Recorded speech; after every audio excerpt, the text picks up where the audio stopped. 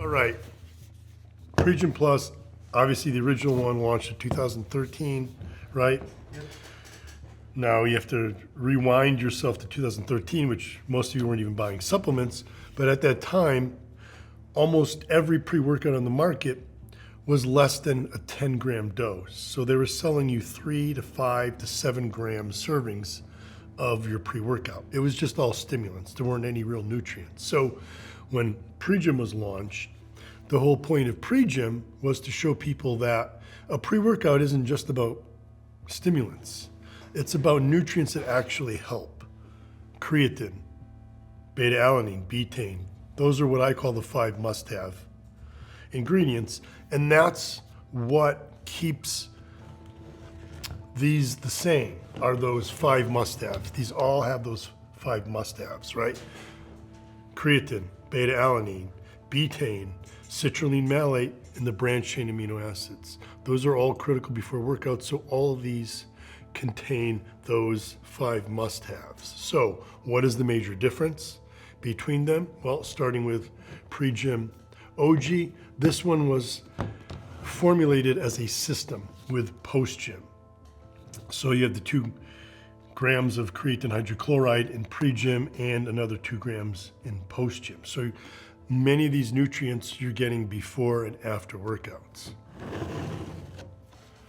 When I launched Pre JYM X in 2022,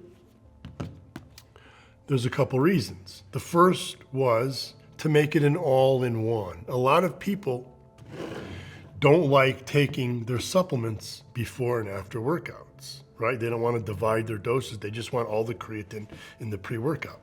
The other issue was that when people were reviewing this Pre JYM original, they would not review it knowing that it was part of a system with post JYM, and so they would say it was underdosed with the 2 grams of creatine, the 2 grams of beta-alanine.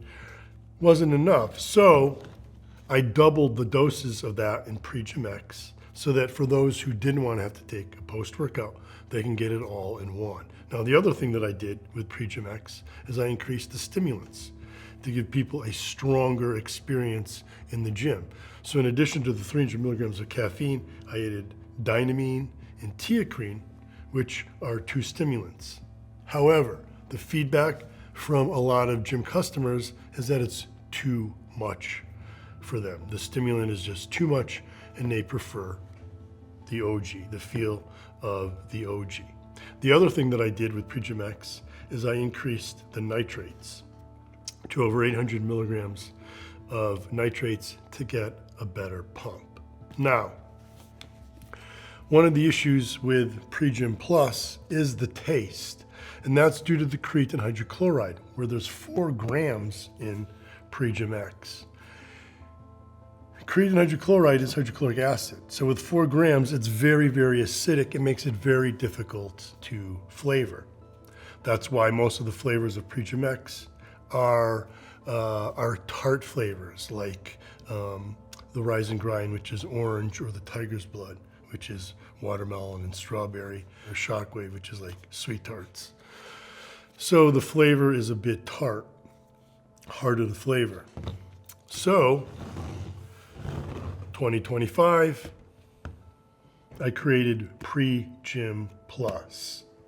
Now we're going back to the original OG as far as the stimulants. The only stimulant in here is 300 milligrams of caffeine. No dynamine, no teacrine like in Pre JYM X, for those that thought this was too much. But like this one, I increased the nitrates to 600 milligrams for insane pumps. So where you land depends on what you want. For me, personally, I mainly stick with Pre JYM OG and the post JYM. I like that the best. I prefer creatine hydrochloride. Monohydrate affects my stomach, so I prefer this one.